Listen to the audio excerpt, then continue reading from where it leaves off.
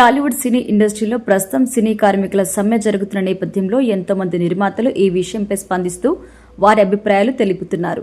ఇదే టైంలో సినీ ఇండస్ట్రీలో నటుడిగా నిర్మాతగా కొనసాగుతున్న వారిలో తమ్మారెడ్డి భరద్వాజ్ ఒకరు. ఈయన కూడా తాజాగా సినీ కార్మికుల సమ్మెపై స్పందిస్తున్న అభిప్రాయం వ్యక్తం చేశారు. ప్రజెంట్ సినీ కార్మికులు డిమాండ్ చేస్తూ సినిమా షూటింగ్స్ కి రాకుండా ఉన్నారు. అయితే త్వరలో ఈ సమస్యకి పరిష్కారం జరుగుతుందని ఈయన తెలిపారు. నిజంగా నిర్మాతలు కార్మికులకిచ్చే జీతాలు ఎక్కువగానే ఉన్నాయని తెలిపారు. ఇక్కడ నెల రోజుల పాటు జీతం తీసుకుని కార్మికుల గురించి రోజు వేతనాలు తీసుకునే కార్మికులకి కలిపి మాట్లాడొద్దని ఆయన సూచించారు. ఒక రోజు షూటింగ్ జరుగుతుంది అంటే ఆ రోజు ఎవరు అవసరమవుతారో వారికి మాత్రమే తీసుకోవాలి.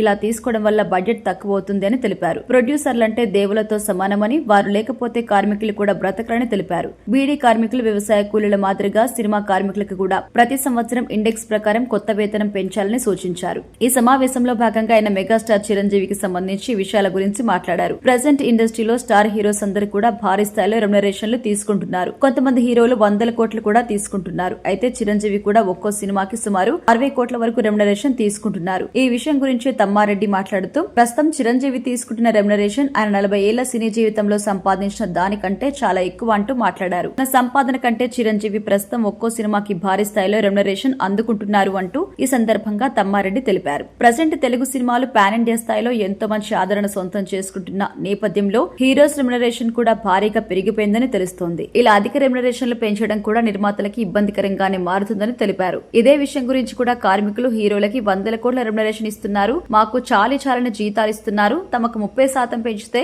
షూటింగ్స్ లో పాల్గొంటాము అంటూ సమ్మె చేస్తున్నారు. అయితే ఈ సమస్య ఒక కొలికి వచ్చిందని, త్వరలో ఈ సమస్యకి పరిష్కారం కూడా దొరకబోతుంది అంటూ నిర్మాతలు తెలుపుతున్నారు.